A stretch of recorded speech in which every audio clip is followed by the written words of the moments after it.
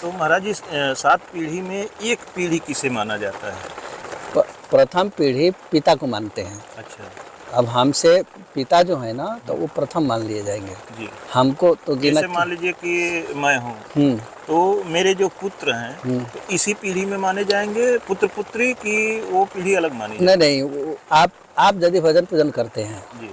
तो बेटा तो कट जाएगा बाहर। अच्छा, आपसे गिन के पीछे ले लेंगे। पीछे वाली इसलिए आपके बेटा को इसलिए नहीं गिना जाएगा कि वो अभी नया है, जी। कर्म करे और आगे जाए। और पीछे वाले जो जैसे शरीर छोड़ के निकल गए, पिताजी, उनके पिताजी, फिर उनके हाँ उनके पिताजी, ऐसे 7 माना जाएगा। ऐसे साथ मानेगा। शरीर जो छोड़ चुके हैं उनको मानेंगे हम। दोस्तों, जो महाराज जी कह रहे हैं ये बात एकदम शास्त्रवत सत्य है, क्योंकि महाराज भगीरथ ने जो तप किया था वो भी अपने पीढ़ी को पीछे वाले को, उन्हीं को पीछे वाले को उतारेगा, आगे वाले नहीं। आगे वाला नहीं लिया जाता है। जी। अब आपका बेटा होगा, आप मान लीजिए भगवत प्राप्ति कर गए जी। तो वो बेटा तो अभी आपका नया है जी। तो वो अपना कर्म करे, वो कर्म अपने लिए उसको नहीं लिया जाएगा। हमसे पीछे लिया जाएगा, जी। अपने से पीछे ले लिया जाएगा, आगे नहीं बढ़ेंगे हम। जी।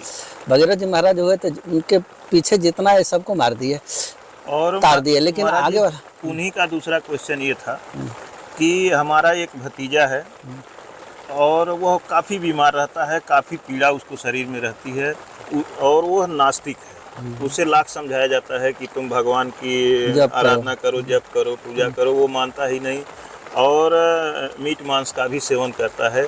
तो बोली कि भैया अगर हम साधना करते हैं उसके लिए उसे निमित्त मान करके कि भगवान इसका कल्याण कर दो, तो क्या उसका कल्याण हो सकता है? नहीं हो तो जाएगा, लेकिन ये भूल करते हैं। अपना काम करें, वो जी। दूसरे के चक्कर में नहीं पड़ना चाहिए। जी। केवल समझा देना चाहिए। जी। समझने से नहीं मानता है तो उसको छोड़ दें। वो वही चीज महाराज जी मैंने भी उनको कहा कि आप उसके लिए क्यों परेशान हैं, जब वो खुद गड्ढे में कूदना चाह रहा है। इनका आत्म कल्याण तभी हुआ नहीं जी। और दूसरे को करने की सोच रही हैं। जी। ये तो गलत बात है ना। जी। जब वो तो अपने प्रारब्ध का भोग कर रहा है, भोगने दीजिए। आप अपना प्रारब्ध जो है ना मिटाने की कोशिश करिए।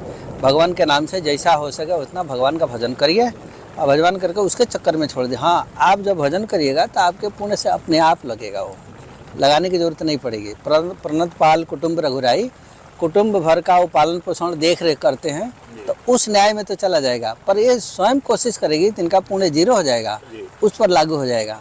हाँ, ये है कि अगर उसे समझ होता, वो भगवान को मानता, सात्विक होता तो पूरा परिवार उसके लिए भजन करे। हाँ, करे तो अच्छी बात है। अगर वो मुसीबत में है तो परिवार उसका साथ दे। हाँ, साथ दे। लेकिन जब वो खुद मानव जन्म पा करके भी उसको समझ नहीं है